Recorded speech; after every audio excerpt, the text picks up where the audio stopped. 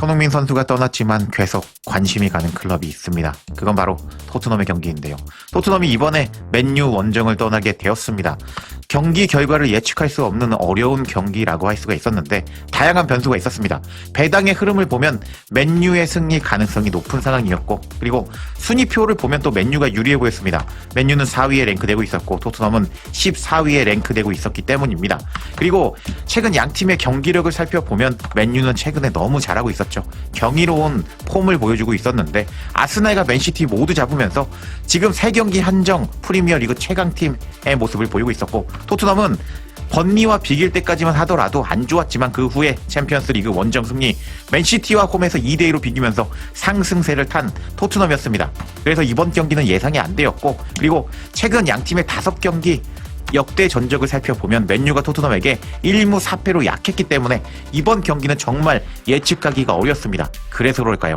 영국의 양대 산맥 매체 스카이 스포츠와 BBC의 경기 예측이 엇갈렸습니다. 스카이 스포츠는 2대2 무승부를 예상한 상황이었고, 그리고 BBC는 맨유의 2대1 승을 예상하면서 결과가 예상이 엇갈렸습니다. 그래서 이번 경기는 누가 이길지 예상이 안 되는 상황이었는데 저는 그래도 맨유가 조금 이길 가능성이 높지 않나 보고 있는 상태였습니다.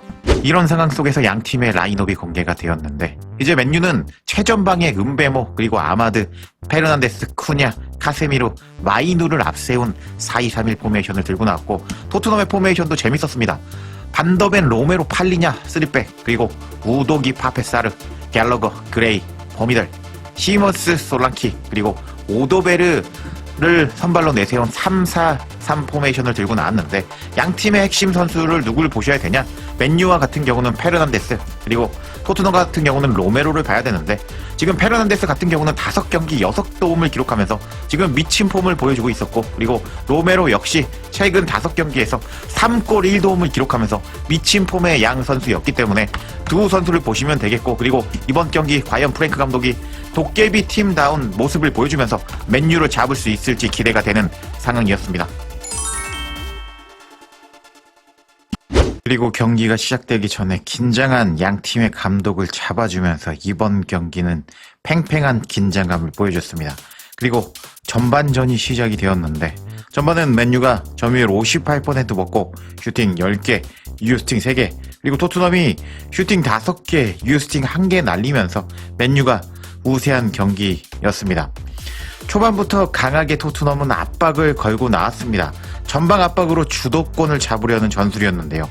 그 압박을 단 한 번에 뒤집어 버린 장면이 나왔습니다. 토트넘의 압박을 맨유가 롱볼 한 방으로 벗겨냈고, 최근에 물이 오른 부페가 은베모에게 패스, 은베모의 슈팅이 나왔고 이게 살짝 떠버리면서 골은 아니었지만 간결한 플레이로 역습하는 맨유였습니다. 이 장면을 보면서 어라, 토트넘 위험한데? 라고 다들 생각하셨을 겁니다. 그리고 10분에 카세미로의 중거리 슈팅이 나왔는데 비카리오가 선방에 버리면서 토트넘이 한숨을 돌렸습니다. 이 순간 이 골이 들어갔다면 분위기가 바로 넘어갈 수 있는 장면이었습니다. 하지만 비카리오의 선방으로 그 이후에 토트넘이 17분부터 분위기를 잡기 시작합니다. 압박이 단순 수비가 아니라 공격 전환용 압박을 보여주는 토트넘이었습니다. 이때부터 경기 흐름이 조금씩 토트넘 쪽으로 기울기 시작했습니다. 하지만 20분 하프 스페이스에서의 달롯의 패스를 받은 쿠냐의 슈팅이 살짝 빗나가면서 위기에서 벗어난 토트넘이었습니다. 그리고 23분에 시몬스의 어이없는 패스 미스까지 나오면서 토트넘이 분위기를 잡는 듯 했지만 결정타가 없었습니다. 토트넘 팬들 입장에서는 이때 넣었어야 했는데 이 생각이 들 타이밍이었죠. 그리고 29분에 로메로가 카세미루의 발목을 가격해 버리면서 다이렉트 퇴장이 나와버렸습니다. 이 장면이 경기의 분기점이 되고 말았습니다. 토트넘 입장에서는 전술이 완전히 흔들릴 수밖에 없었고 곧바로 드라구신을 투입하면서 센터백 숫자를 맞추게 되면서 공격수를 한 명 빼는 토트넘입니다. 공격적인 압박 전술이 수비 안정 전술로 급 전환된 순간이었죠. 여기서부터 토트넘은 공격 템포를 잃기 시작합니다. 그리고 37분 약속된 세트 플레이에서 은베모의 감각적인 골이 터집니다. 은베모의 이 박스 안에서의 감각적인 왼발 슈팅이 그대로 골대 안으로 이렇게 빨려 들어가면서 토트넘은 로메로의 퇴장 직후에 바로 실점을 당하면서 수적 열세 세트피스 실점, 이건 축구에서 가장 치명적인 조합으로 무너지기 시작했습니다. 정말 로메로의 퇴장 직후 바로 실점한 골로 탄식이 나오는 장면이었죠.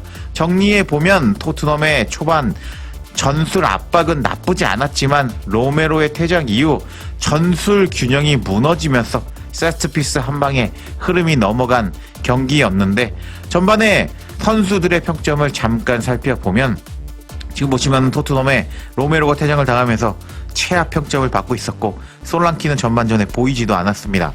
그리고 시먼스는 오늘 전반 경기에서 기회 창출 1번, 그리고 턴오버 7번을 보여주면서 가장 많은 턴오버를 기록한 토트넘 선수 중에 한 명으로 기록이 됐는데, 그만큼 맨유와 상대로 시먼스가 좋은 모습을 보여주지 못했다라는 것을 알 수가 있는 객관적인 전반 통계가 나왔는데, 후반전에는 한 명이 부족한 상태로 토트넘이 이번 경기를 과연 뒤집을 수 있을지, 프랭크 감독이 후반전에는 어떤 전술적 변화를 주면서 맨유를 상대할 수 있을지 기대가 되는 상황이었습니다. 그리고 시작된 후반전 48분 토트넘은 한 명이 부족한 상황에서 수비 라인을 깊게 내립니다. 전술적으로 선택의 여지가 없었습니다. 라인을 올리면 바로 뒷공간을 열리는 구조였기 때문에 완전히 내려앉는 수비를 택할 수밖에 없었죠. 이런 상황에서 49분 아마드의 골이 터지는 듯 했지만 이 장면은 옵사이드였습니다. 이 장면을 보면서 토트넘 팬들은 잠깐 심장이 멎는 느낌이었을 겁니다. 아, 이제 끝났나? 하고 싶은 순간이었죠. 그리고 57분에 시몬스가 날리는 회심의 슈팅, 정말 멋진 한 방이었는데 이 슈팅이 살짝 빗나가면서 흐름을 가져오지 못했습니다. 이게 들어갔으면 분위기가 완전히 달라질 장면이었죠. 그리고 59분 연속으로 이어진 맨유의 슈팅을 비카리오가 막아냈습니다. 59분에는 루크쇼의 슈팅을 막아내는 비카리오였고, 69분에는 이번에는 달롯의 슈팅을 몸으로 막아내면서 실점을 하지 않는 토트넘이었는데, 이 순간은 전술 싸움이라기보다는 골키퍼 개인 능력으로 수비 조직이 무너진 상황에서 마지막 선을 보여준 비카리오였습니다. 토트넘 입장에서는 골키퍼가 살렸다라고 할 수 있는 순간이었습니다. 그 후에 맨유는 무리하지 않고 경기를 운영하면서 공을 돌리면서 안정적으로 경기를 운영하기 시작했고, 81분 맨유의 얼리 크로스가 들어갔고 세슈코의 헤더 패스, 부페가 밀어넣으면서 2대0이 되었고, 이 시점 경기는 끝이 났습니다. 나름 팽팽하게 흘러갔던 전반전이었습니다. 하지만 로메로의 고질적인 큰 경기 퇴장, 이 장면이 또 나오면서 경기 흐름이 한순간에 무너지고 말았습니다. 이제 로메로는 다이렉트 퇴장으로 앞으로 3경기 나올 수 없게 됐습니다. 수비의 중심이 빠진 토트넘은 당분간 쉽지 않은 일정이 이어질 겁니다. 그래서 더 걱정이 되는 건 단순히 오늘 한 경기가 아니라 앞으로의 흐름인데요. 과연 토트넘이 이 공백을 어떻게 메워낼 수 있을지 지켜볼 수밖에 없는 상황입니다.